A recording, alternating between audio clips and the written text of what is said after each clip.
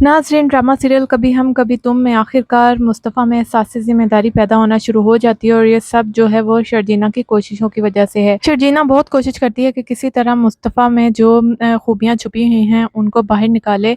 आखिर मुस्तफ़ा भी अपनी हर बात शेयर करता है शर्जीना से, उसे बताता है कि किस तरह वो अदील और उसमें कॉम्पिटिशन हुआ करता था और सब अदील को लाइक कहते थे और उसको नालायक बेटा कहते थे, और यहाँ तक कि उसने इस वजह से कोशिश करना ही छोड़ दी। अब उसे फ़र्क ही नहीं पड़ता कि उसको कोई नालायक कहे या कुछ भी कहे, लेकिन शर्जीना उसको कहती है कि मुझे फ़र्क पड़ता है।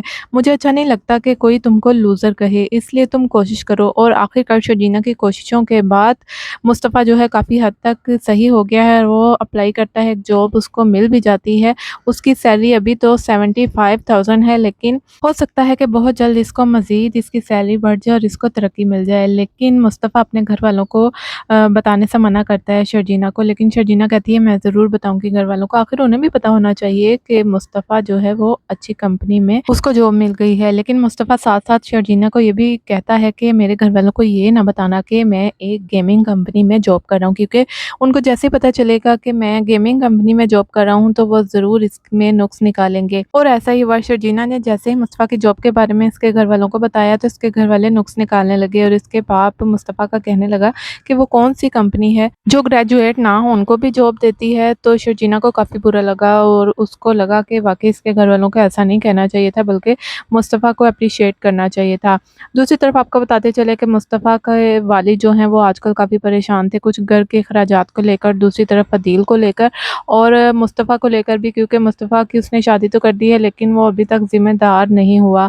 इस वजह से उसको एक हार्ट अटैक आता है और वो काफ़ी मेजर हार्ट अटैक होता है। और मुस्तफ़ा जब उसको जल्दी से लेकर हॉस्पिटल में एडमिट कराता है तो वहाँ पर डॉक्टर्स उसको बताते हैं कि ये बहुत ज़्यादा सीरियस है, इनकी फ़ौरन सर्जरी करनी पड़ेगी और आपको 10-12 लाख जो है वो फ़ौरन से एडमिट करवाना पड़ेंगे, फिर ही हम सर्जरी कर सकेंगे।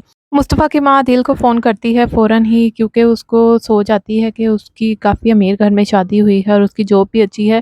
लेकिन जैसे ही फ़ोन करती है तो बदकिस्मती से अदील का फ़ोन उसकी बीवी उठाती है और अदील तो अपनी बीवी के साथ हनीमून मनाने पाकिस्तान से बाहर जा रहा है, इसलिए वो अदील का फ़ोन बंद कर देती है और फ़ोन ही नहीं उठाती। उसे जैसे पता चलता है कि इसके बाप को हार्ट अटैक हुआ है तो वो फ़ोन बंद करके अदील को कहती है कि हम फ़ोन यहीं पे छोड़ जाएँगे, क्योंकि ऑफ़िस से तो हमने छुट्टी ले ली है, अब कौन है जो हमें फ़ोन करे, मैं तुम्हारे साथ हूँ। इसलिए अदील भी मान जाता है। दूसरी तरफ मुस्तफ़ा जब बाप को हॉस्पिटल में एडमिट करके घर आता है तो शर्जीना उससे पूछती है कि आखिर डॉक्टर्स ने क्या कहा, क्योंकि वो काफ़ी परेशान होता है। तो मुस्तफ़ा उसको बताता है कि डॉक्टर्स ने कहा है कि 10 से 12 लाख जो है जमा करवाएं, फिर ही हम सर्जरी करेंगे। मुस्तफ़ा कहता है कि मैं 10 से 12 लाख अचानक से कहाँ से लाऊं, अभी तो मेरी जॉब लगी है। मुस्तफ़ा को परेशान देखकर शर्जीना भी परेशान हो जाती है और सोच में पड़ जाती है कि अब वो क्या करे, अपने बाप से पैसे मांगे, क्योंकि उसने अभी कुछ दिन पहले ही पैसे जो हैं वो वापस किए थे, कह कर के मुस्तफ़ा को अच्छा नहीं लगेगा।